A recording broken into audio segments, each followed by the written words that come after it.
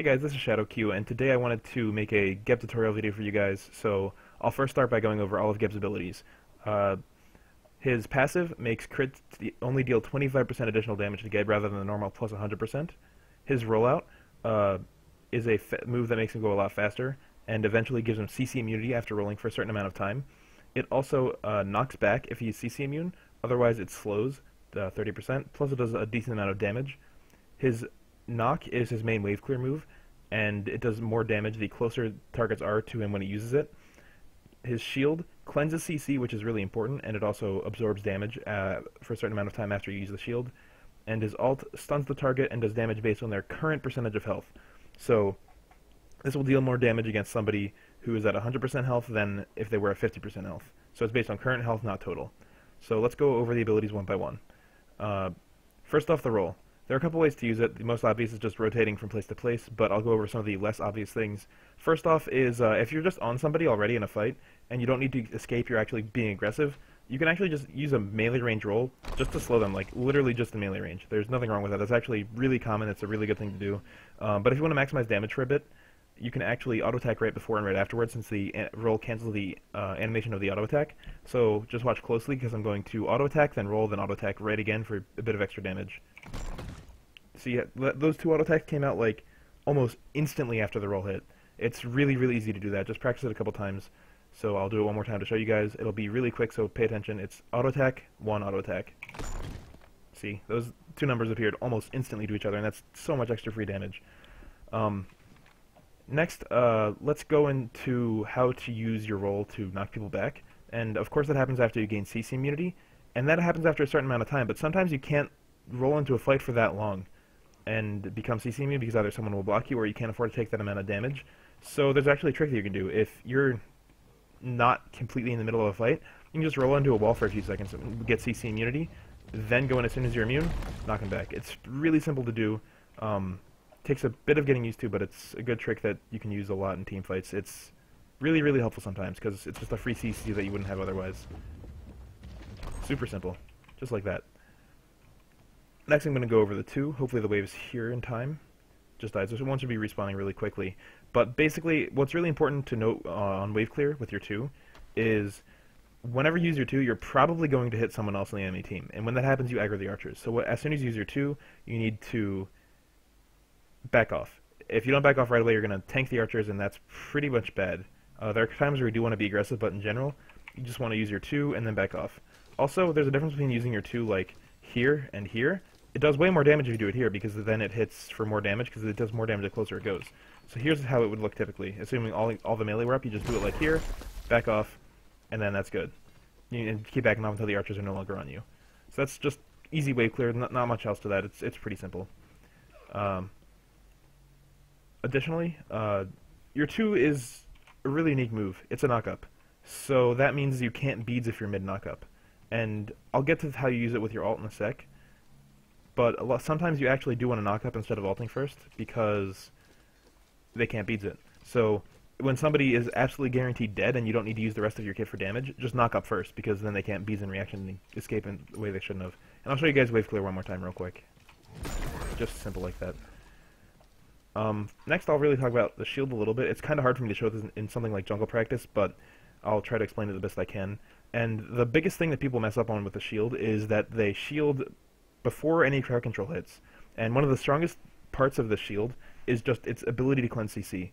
And if you do it before CC hits, then they get CC'd. It's just like you wasted it. You could have just done it afterwards. Like, the mitigation of damage that you'll get from the cleanse alone is probably more than the shield in general. So in most cases, you want to wait until CC hits, unless you know that there's not going to be a CC hit or you really, really have to use it first. So wait for a CC to hit, then use it right away. It's super, super simple. The other thing that I want to talk about with the shield is you have to really watch your positioning. For example, let's say this Odin that I'm looking at right now is an Athena or something, and this Odin is my teammate. So you don't want to stand next to him. If you're standing next to this guy and Athena taunts both of you, you cannot shield your teammate. Shielding teammates out of CC is super strong. If you get double taunted or double ulted or double CC'd, that's just awful. So you actually have to back up. Like, you just don't be in melee range of another teammate. Being around a wall is really good, because let's say this is a taller wall in a real match, it would be. They wouldn't even see you here. Athena might dash taunt in, assuming that they can't get out of it or give you free beads, and you just shield over the wall because they can't do anything about it. They don't expect you to be there. That's a really, really strong use for something like Athena, or if it's Sylvanas Blink, or not Sylvanas, but like someone Blink ulti, I don't know. Doesn't really matter. If somebody CC'd someone on your team and you're LOS of them, the LOS of the enemy, you get a free shield off, and they might be overextended, and you could even get a kill from it. So it's really strong to stand LOS of your teammates when someone's about to CC them, because then you bait the CC into going off and getting a free get shield out of it right away. But you can also just, you know, stand not next to them. If there was no wall, as long as you're not in range to get double CC'd, you could even stand like this, something like that. It doesn't really matter. Just shield them as long as you don't both get CC'd. It's good.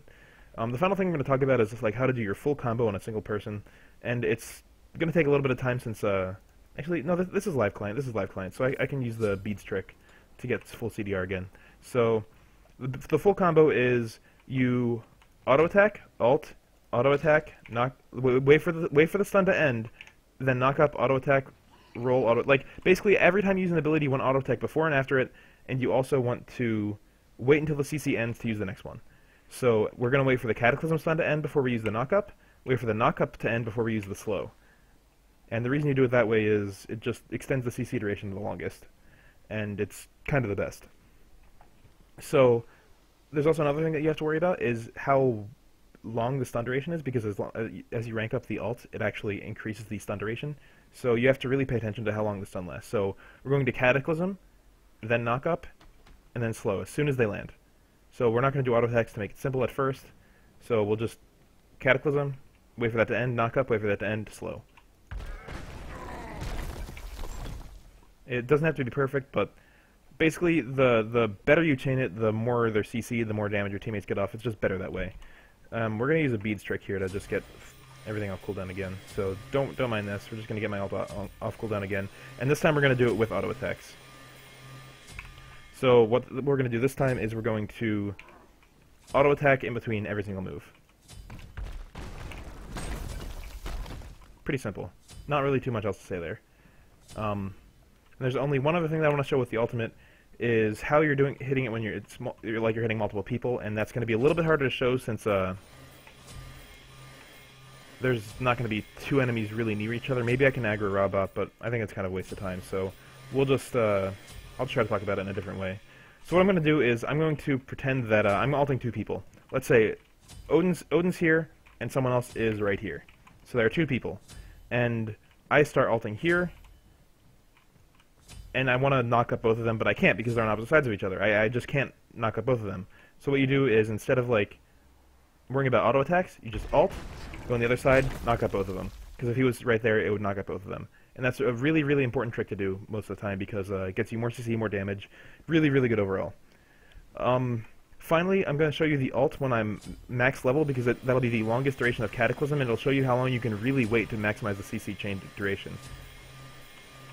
So we're going to max up Geb's level real quick and max his Cataclysm, just to show you guys how the combo looks a little bit different when you have a 1.8 second CC on Cataclysm instead of just 1. So here we go. The only difference that we're going to do in this combo is we're not going to do auto attacks just to make it simple, but we're going to wait for the Cataclysm to end before knocking up, and this is how it would look. You can wait so much longer than you did before. And the CC chain really does make a difference there. So that's about it. That's all I have for now today, guys. Really appreciate you watching, and I hope you subscribe, follow, whatever the heck you're watching this on. Really appreciate it. Thanks, guys.